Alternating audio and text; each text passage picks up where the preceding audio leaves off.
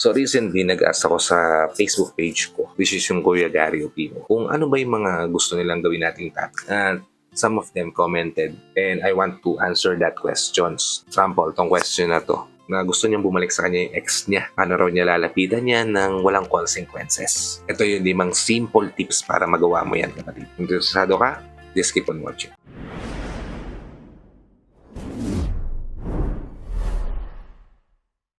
I am Gary Opimo at gumagawa ako ng mga videos na tulad nito para matulungan ka na maging best version ng sarili mo para maibigay mo yung best self mo syempre sa taong mahal mo. Kaya kung bago ka pa lang dito sa channel ko, please consider liking this video. Hit the subscribe button and the notification bell para lagi kang updated sa mga videos na tulad nito na i-upload pa natin sa inaarap. So wala nang paligoy-ligoy pa. Ang una mong dapat gawin para bumalik siya sa'yo ng wala masyadong consequences na magaganap ay yung ayusin mo yung sarili mo, ayusin mo yung mindset mo. Huwag mo siyang lalapitan na yung goal mo na nasa isip ay yung kailangan ko siyang bumalik sa akin. Diba? Kasi kapag ganun, halata yung pressure. Kaya dapat ang mindset mo kakausapin ko muna siya para malaman ko kung okay pa ba kami at hindi para pilitin siya. Kapag kalmado ka, mas natural, syempre, mas masarap kang kausap. Okay? Ikalawa, simplehan mo lang yung unang mensahe mo sa kanya. Huwag masyadong mahaba, huwag masyadong madrama, at huwag ka mag-i-explain. Isang maikling normal na message lang ang dapat mong gawin. Halimbawa, ay, naalala lang kita, sana okay ka.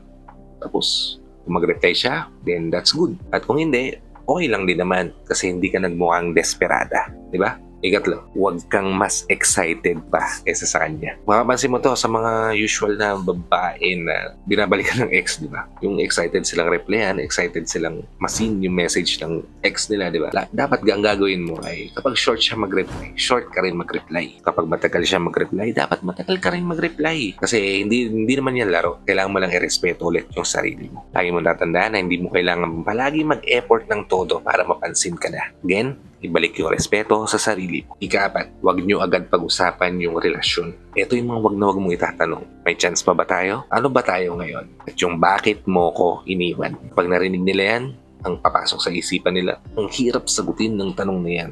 It's too heavy. Nakakatakot sagutin, di ba? Tamang usapan lang muna ng dalawang normal na tao. At hayaan mo siyang mag-open kapag handa na siya. Okay?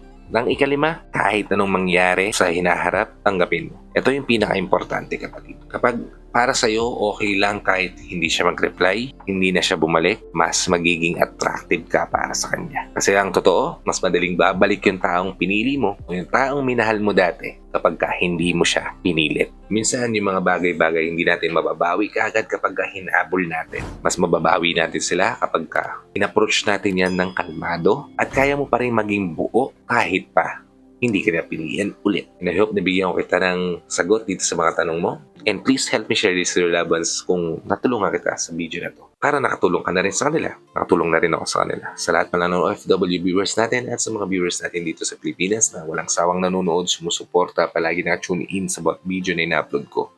Maraming salamat po sa palagian niyo, panonood at pagsuporta. Kung bago ka pa lang dito sa channel ko, please consider liking this video.